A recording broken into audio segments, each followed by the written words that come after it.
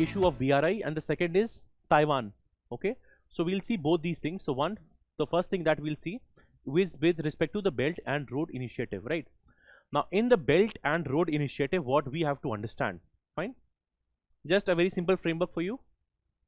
Okay, what is the strategic vision of BRI? What are the key components? What is its global reach? Okay, what are the challenges and criticism it faces? What is India's position?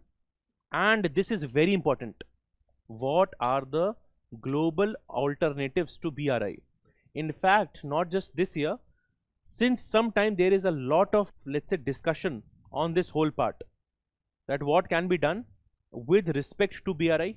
Okay, so if we start one by one, okay, so let's say that the very first thing that we'll talk about is the strategic vision of BRI. Okay, so at least in terms of BRI, it wants to create or have its own. So again,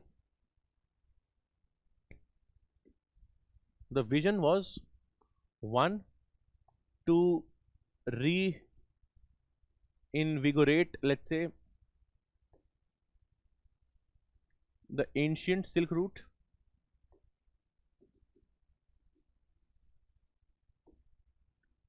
Okay, then properly utilize globalization, and it was akin almost to US Marshall Plan.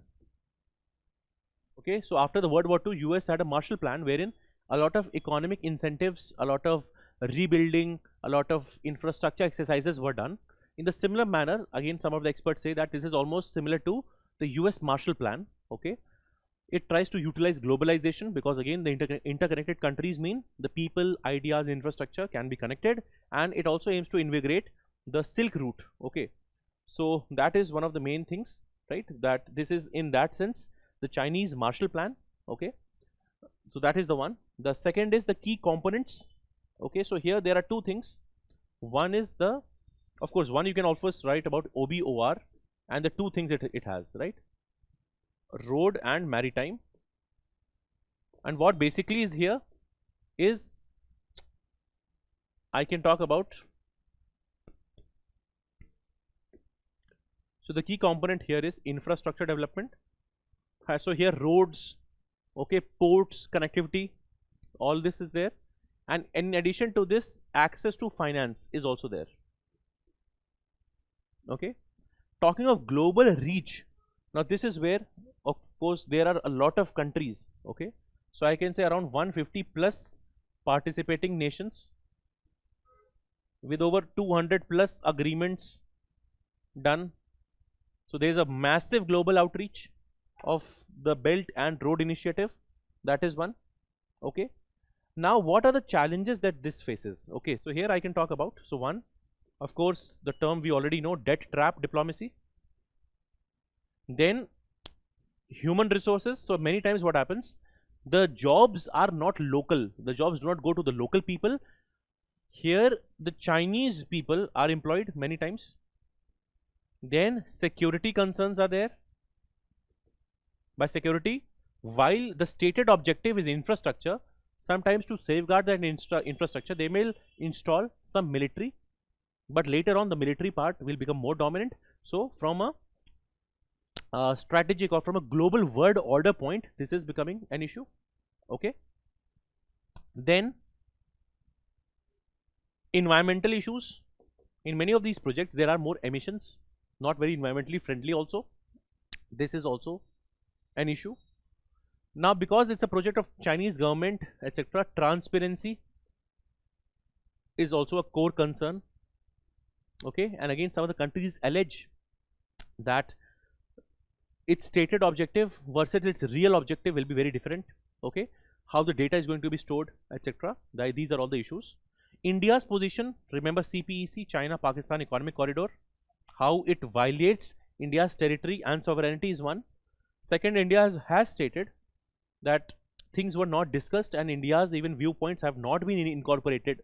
Okay, so this is also one of the issues that India faces. Okay, and that is why India has never come even to the drawing board or to the meetings. Okay, because if we say yes to BRI, it means we are saying yes to CPEC, and fundamentally what it does, it is violating our territorial integrity and sovereignty. So we would never come to talking terms. That is also an issue. Okay. Now you see something, global alternatives. This is very important. Okay. So if you do get a question, definitely write on the global alternatives part also. Okay. So if I am writing about the alternatives to Belt and Road Initiative, so the alternatives, this will come from, so first of all, the idea, okay, is the Western countries, okay,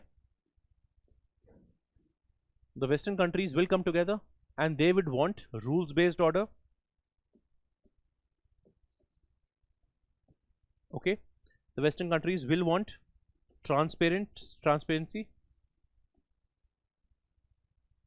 and while they will also want modern infrastructure, but this should not impoverish or weaken or come at the cost of the host country or the other country. Okay, so this is also one thing that we can highlight in this particular manner. Okay, now moving on, so this is the idea part of it, but what are going to be the alternatives to BRI? Some examples that you should always remember. Okay, so one is this. Okay, IMEC I am writing separately, but still consider this to be a part of this.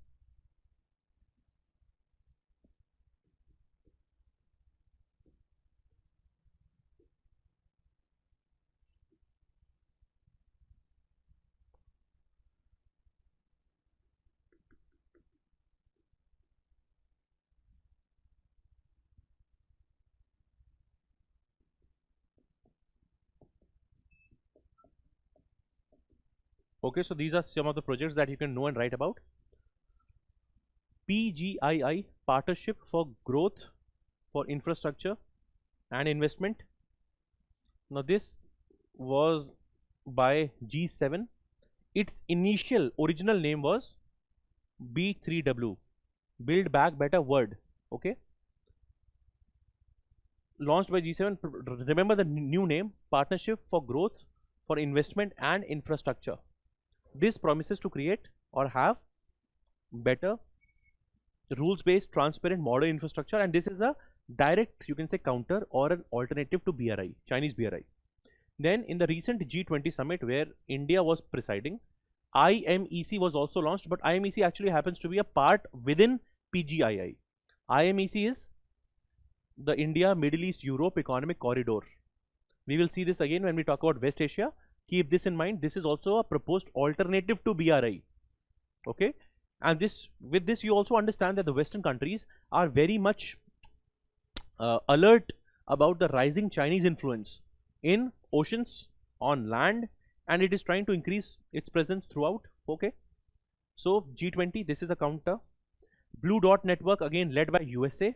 This is also proposed alternate infrastructure. This is going to provide ratings, etc., to the infrastructure around the world. So this is also there. Global Gateway is by EU, European Union. It also happens to be an alternative to BRI. This is Asia Africa Growth Corridor. This is an initiative by India and Japan. Even this is being done. Okay, now the context, at least for AAGC, was in Africa, the kind of infrastructure that was built by the Chinese, there was a lot of discontentment.